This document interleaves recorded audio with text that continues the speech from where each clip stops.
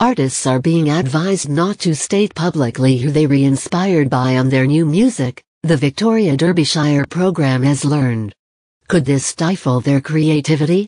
There is no such thing as a completely original composition, says music producer and songwriter Nile Rodgers. We learn music by practicing. And what do we practice? We practice patterns. We practice scales. The art of music making is the reinterpretation of those rules that we learned. You would be hard-pushed to find a musician in the charts whose work hasn't taken inspiration from their idols and contemporaries. Now though, music experts have told the Victoria Derbyshire program that artists are being advised not to mention publicly who has inspired them. This is because of a high-profile copyright infringement case in which U.S. jurors ruled that Robin Thicke and Pharrell Williams, on their song Blurred Lines, had copied Marvin Gaye's Got to Give It Up. The Gaye family estate was awarded $7.3 million, £4.8 million in damages, although an appeal has since been launched. The verdict sent reverberations around the industry, with particular attention being paid to the fact that in court Pharrell Williams said Marvin Gaye's music was part of the soundtrack of his youth, and that he was channeling that late 70s feeling in Blurred Lines.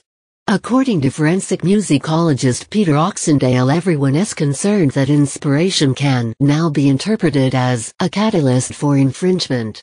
All of these companies are worried that if a track is referenced on another at all, there may be a claim being brought, he explains.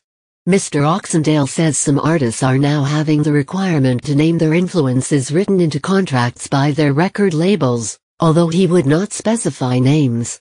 Many of the companies that I work with ask the producers and the artists to declare all of the tracks that may have been used as inspiration for their new tracks, he says. He also confirmed that he is being sent new music to check the possibility of future copyright infringement claims. Sued for whistling, but Richard Bush, the lawyer working on behalf of the Marvin Gaye estate, says the industry has misunderstood the reasons why the Blurred Lines ruling was made, and that the judgment was not based on the feel or the groove of the song, as has been claimed. That is the story the Pharrell and Robin Thicke camp have been telling to try to drum up support. The sky is falling, no one is going to be able to create music, you'll be sued for whistling in public, it's just not true. If anyone was actually aware of the evidence and the facts that they presented, you'll know it went far beyond that. In fact, I believe we had 15 different compositional elements that we identified as being significantly similar between Blurred Lines and Got to Give It Up. Nevertheless, Simon Dixon, one of the lawyers for Ed Sheeran, Sir Elton John and the Rolling Stones, says the judgment has made some people in the industry nervous. The court case won't have been decided the same way over here in the UK, he explains. So as a result, everyone felt they knew what the law was, they knew what the parameters were. And when you know what the laws are and the rules are, you get comfortable. This injects an element of grey into the picture.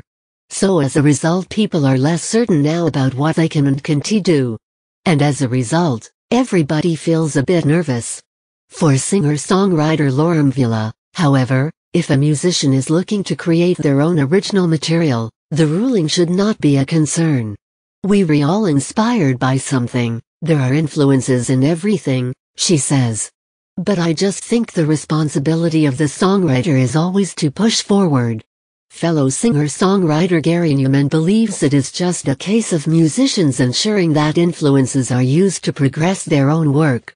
We all listen to stuff and we all get ideas from the things we listen to.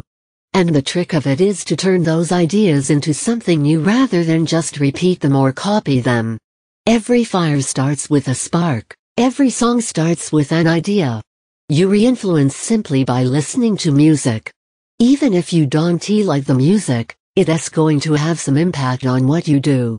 In just over 2 months' time, the Gaye family, Robin Thicke and Pharrell Williams, will be back in court as the appeal process begins.